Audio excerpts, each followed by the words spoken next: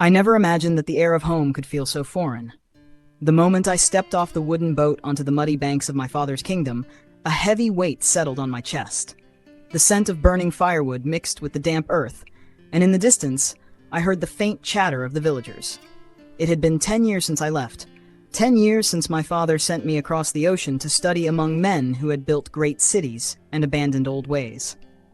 I returned to find my home unchanged. The palace walls, made of red clay, loomed ahead, familiar yet distant. But there was no warm welcome, no joyful drumming, no festival in my honor.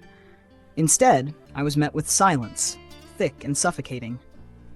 Then the Prime Minister, his beady eyes sharp as a vulture's, stepped forward. "The gods have called your father home," he announced, his voice void of emotion. I barely felt my feet as I stumbled forward. My father, King Ezenwa, was dead.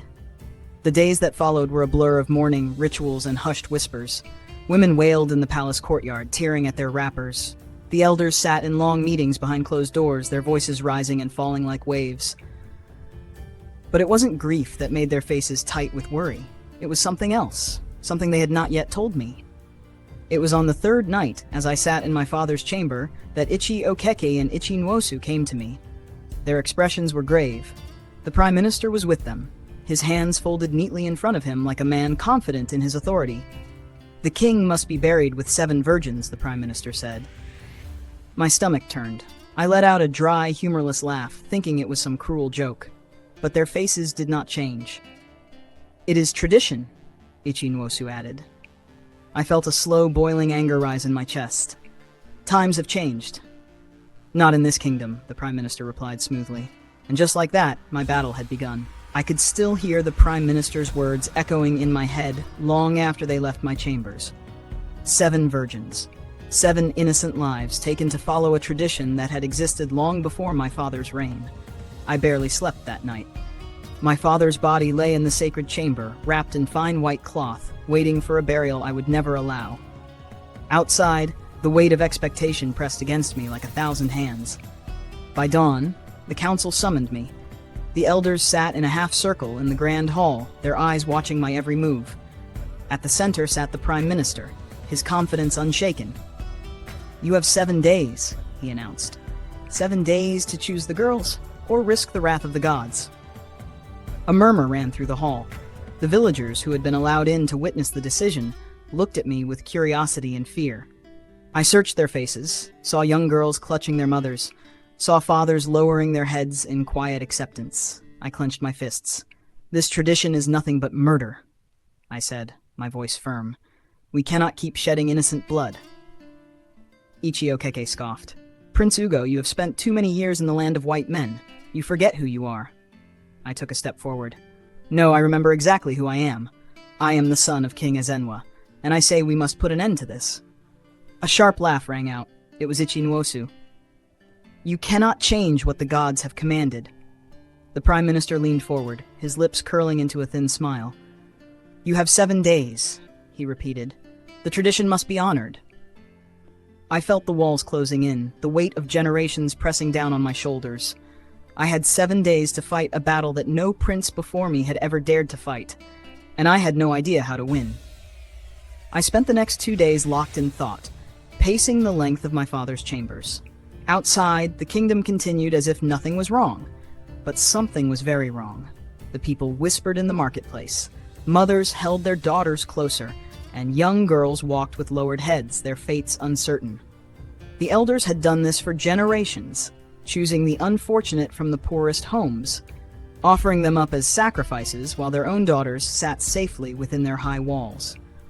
But if they wanted tradition, I would give them tradition. On the 3rd evening, I called for a gathering in the palace square. The entire kingdom came, men, women, children. The elders arrived in their flowing white robes, taking their seats like kings waiting for judgment. The Prime Minister sat at the center, his usual smug expression in place. I stood before them, my voice steady. "I have made my decision." A hush fell over the crowd. "I will choose the 7 virgins," I declared. "But this time, the noble families will give their own daughters, 2 from Ichi Okeke's household, 2 from Ichi Nwosu's, and 3 from the Prime Minister's family." Gasps rippled through the square. The elders' faces drained of color.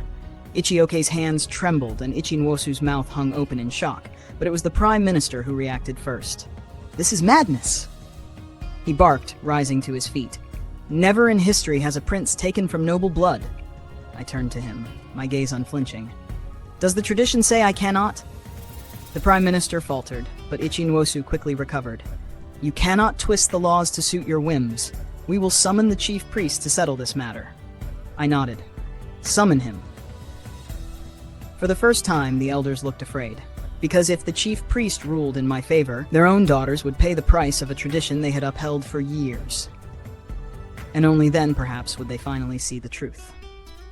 The palace square was silent as the chief priest arrived, his long white robes sweeping the earth beneath his feet. He carried a staff carved with the symbols of the gods, and his face, aged with time, bore no emotion. The elders sat stiffly, their hands folded in their laps, their eyes betraying their growing fear. The Prime Minister, usually so sure of himself, sat rigid, his fingers gripping the edges of his seat.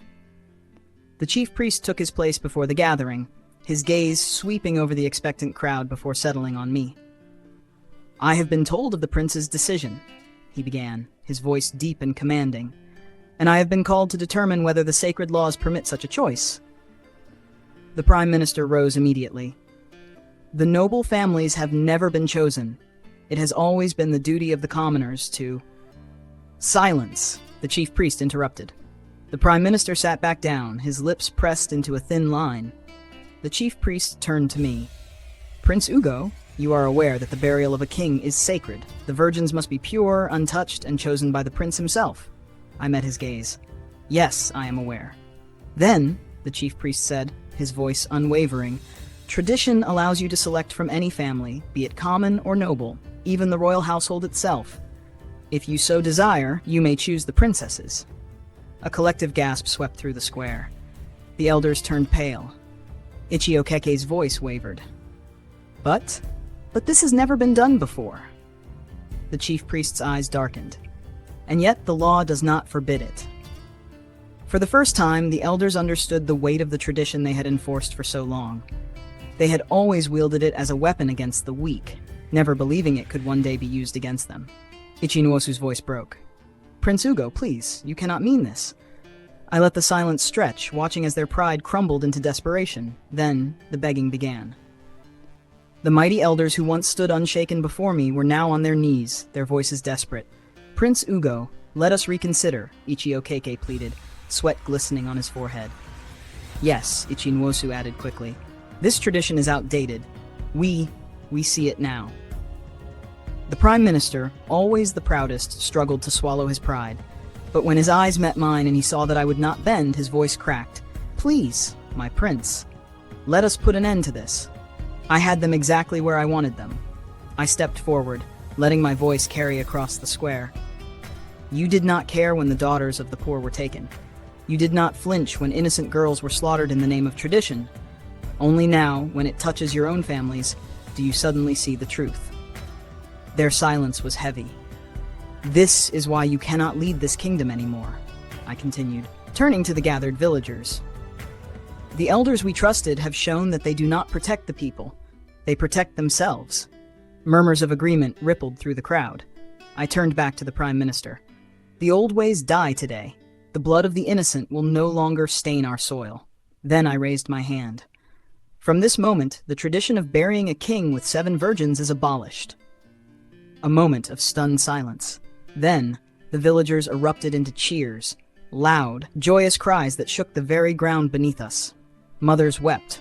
Daughters clung to their fathers. Men nodded in fierce agreement. I wasn't done. The council that ruled with greed and cruelty will no longer hold power.